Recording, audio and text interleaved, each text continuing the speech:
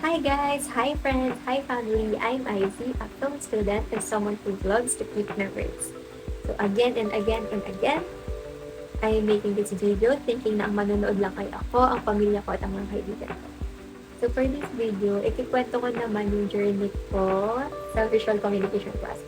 Pero not the whole journey kasi isang activity lang to and very fun activity siya and very challenging.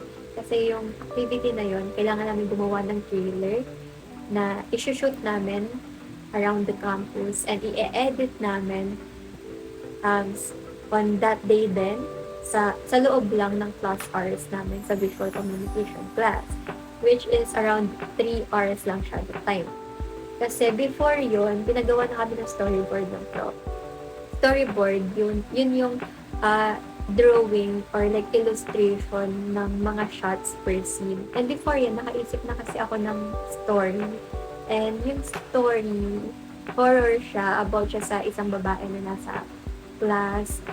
And nakakarinig siya ng mga iba't ibang tunog. So ayun, parang natatakot siya kung ano nga ba yun, kung talaga naririnig ba niya or nasa utak lang. Ganun yung kwento. And later, ipapakita ko yung finished product. Kung makikita nyo sa ending, may nakalagay na Ibami coming soon. Kasi yan yung time na binubuo namin yung Ibami. Pero hindi siya kwento nung student. Anyways, ayun. So, ito yung journey namin and ipapakita ko yung final product.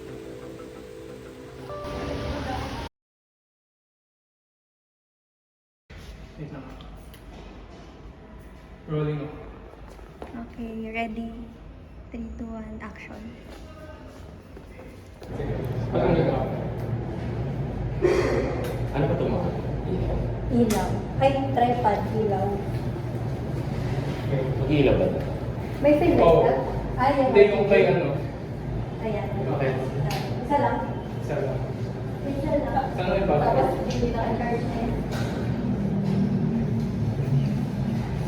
Welcome. Yan lang yung call. Try mo nga yung ano, video bro.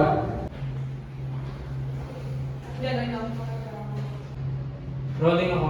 Book. Okay, 3, 2, 2.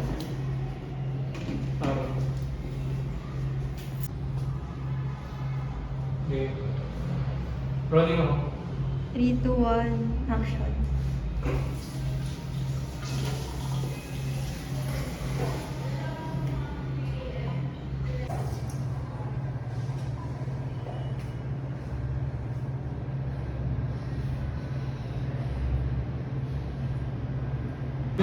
Okay, rolling na?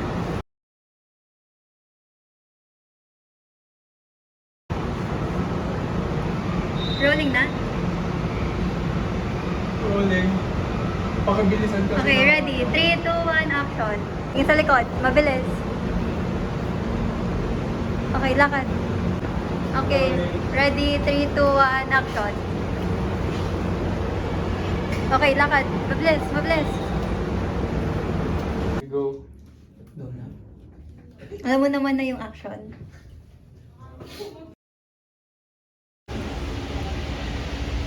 Pagdamihan na lang natin ng gano'n. Kasi parang pabilis to eh, tapos biglang MS Teams so online?